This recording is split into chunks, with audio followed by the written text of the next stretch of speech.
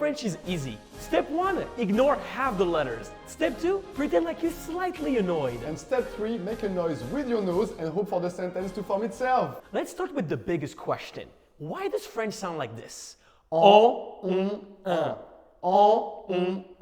It's simple. In English, your mouth works. In French, your mouth goes on strike and your nose takes over. So if your French doesn't sound nasal, congratulations, you're speaking Spanish. Now let's talk about one of the biggest traps in French. Ou versus u. This is the part where most students will cry. First, ou, like in boom, just like in English, very relaxed. Then you have u, like in lune. Here you're trying to whistle a little bit and then you make the sound u, u, u. To French ears, those sounds are totally different.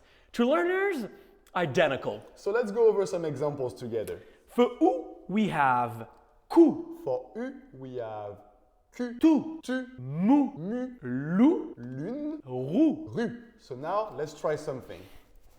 Cou, cu, cou, cu, cou, cu, cou, cu, cou, cu, cou, cu, cou. Look stupid while doing it, you're doing it right.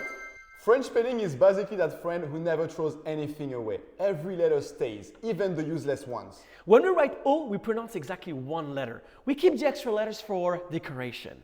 French spelling is just like interior design. Speaking of decoration, let's talk about letters at the end of words. In English, you pronounce everything. In French, the last letter is just like your X, They're there, but contributes to nothing.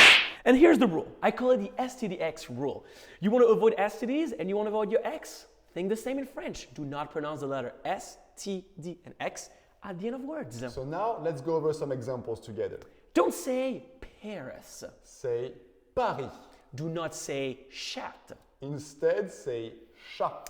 Don't say grand. Say grand. And number last, don't say chouks. Say chou. But of course, you will find some exceptions because it is French. But if you follow the STDX rule, you'll avoid any type of linguistic infection. You're welcome. Remember, in French, everything has a gender, even things that don't need it, just like a chair.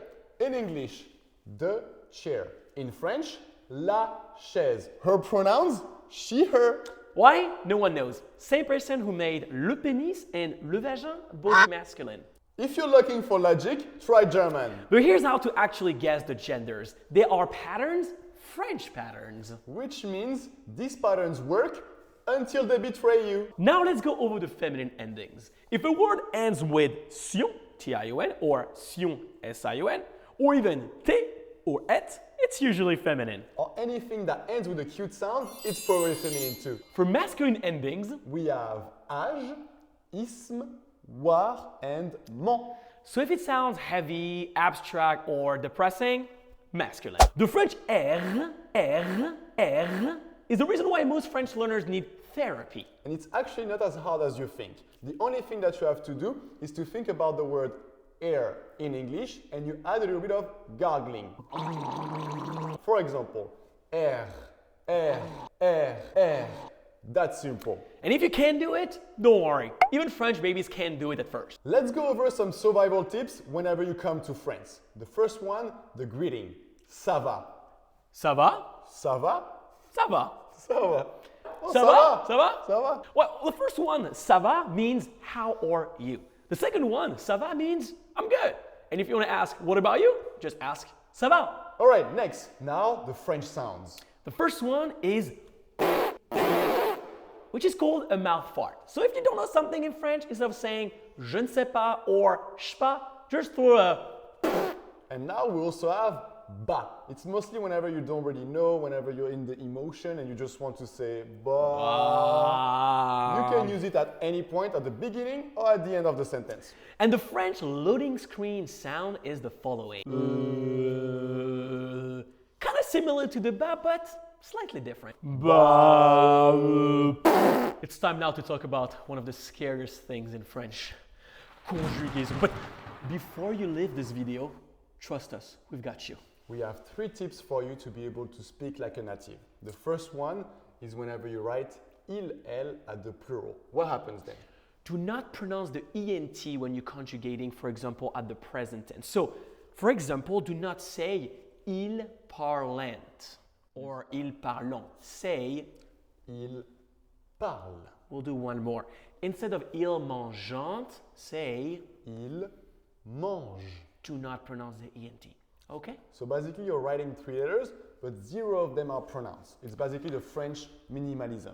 Welcome to the French language. For the second one, we have the pronoun un, which stands for oui.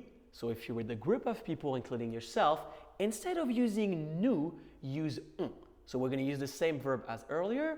Do not say nous mangeons, say on mange. Why? Because it is conjugated the way il and elle at the third person singular is conjugated. Every single time that you have on, you will talk as we, but you will conjugate it at the third person singular. It's not as hard as it seems, it's pretty easy. All the terminations and endings of on will be the same as il and elle.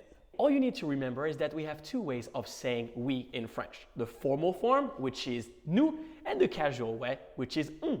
And both are correct. So if you're more comfortable with one of them, just stick with it. And our last conjugation advice, which might be your biggest nightmare in French, is the passé composé versus the imparfait. Le passé composé is basically what happened, and l'imparfait is what was happening. The only difference is ed would be passé composé, ing would be l'imparfait. So in most cases, if you see, for example, I played soccer, in French you will use the passé composé and say j'ai joué au football. And if you're using the imparfait, you would say I was playing soccer, je jouais au foot. In the end, French can be complicated, It is. but it's learnable. Once you get the rhythm, the melody, the attitude. You'll sound more French, and if not, just complain. It helps. Merci beaucoup for watching and not merci beaucoup. Bruh. See you next time. Bisous. And don't forget to subscribe for more.